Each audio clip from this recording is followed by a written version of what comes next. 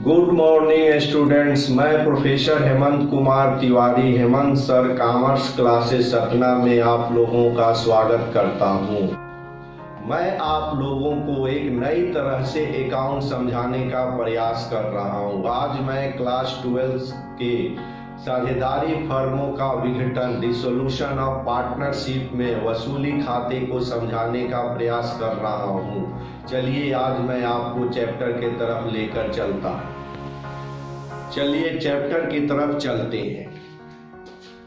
साझेदारी फर्म का विघटन, dissolution of partnership firm, realisation account, वसूली खाता। वसूली खाता एक नाम मात्र का खाता है।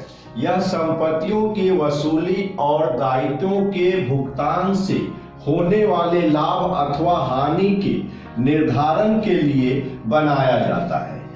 इस खाते के लाभ हानि को साझेदारों के खातों में उनके लाभ विभाजन के अनुपात में हस्तांतरित किया जाता है।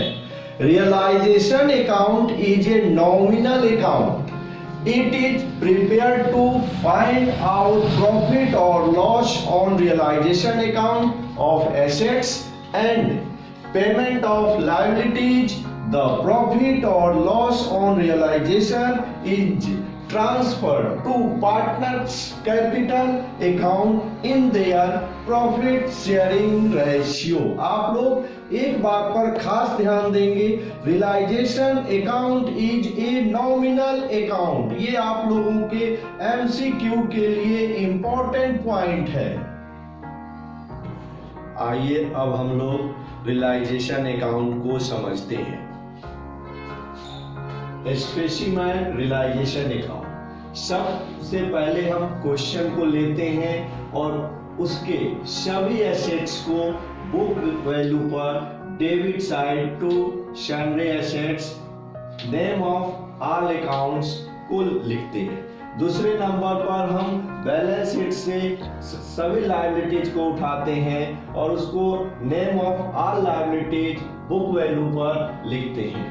फिर हम लायबिलिटीज का जो भी पेमेंट, कैश पेमेंट होगा उसे हम लिखेंगे टू बैंक अकाउंट, या आप टू कैश अकाउंट भी लिख सकते हैं। एसेट्स से जो भी आपको अमाउंट रियलाइज हो रहा है, वसूल हो रहा है, उसको आपको लिखना है बाय बैंक अकाउंट या बाय कैश अकाउंट भी लिख सकते हैं।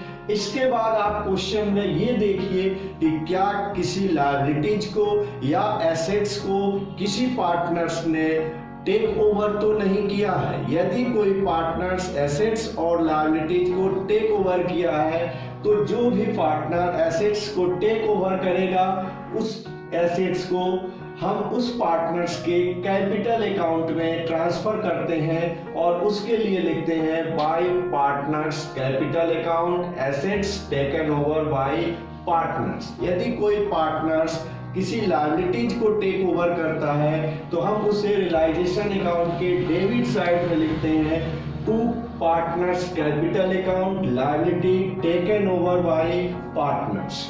इसके बाद यदि आपने डिसोल्यूशन की जिम्मेदारी किसी पार्टनर को दे रखी है और उसको यदि आप किसी प्रकार का कोई रेम्यूनरेशन देते हैं तो उसे हम रियलाइजेशन अकाउंट के डेबिट साइड में टू पार्टनर्स कैपिटल अकाउंट लिखते हैं।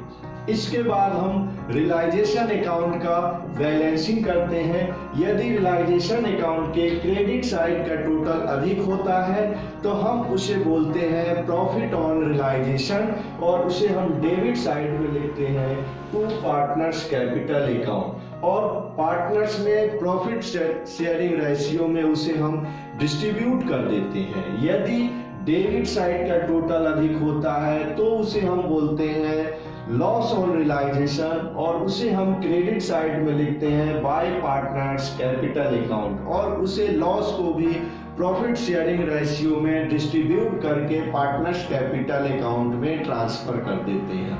आइए अब हम आगे बढ़ते हैं तो क्वेश्चन के तरफ चलते हैं। ये आपका क्वेश्चन है शिवलाल अकाउंटेंसी क्लास 12 का क्वेश्चन नंबर 6, रियलाइजेशन अकाउंट।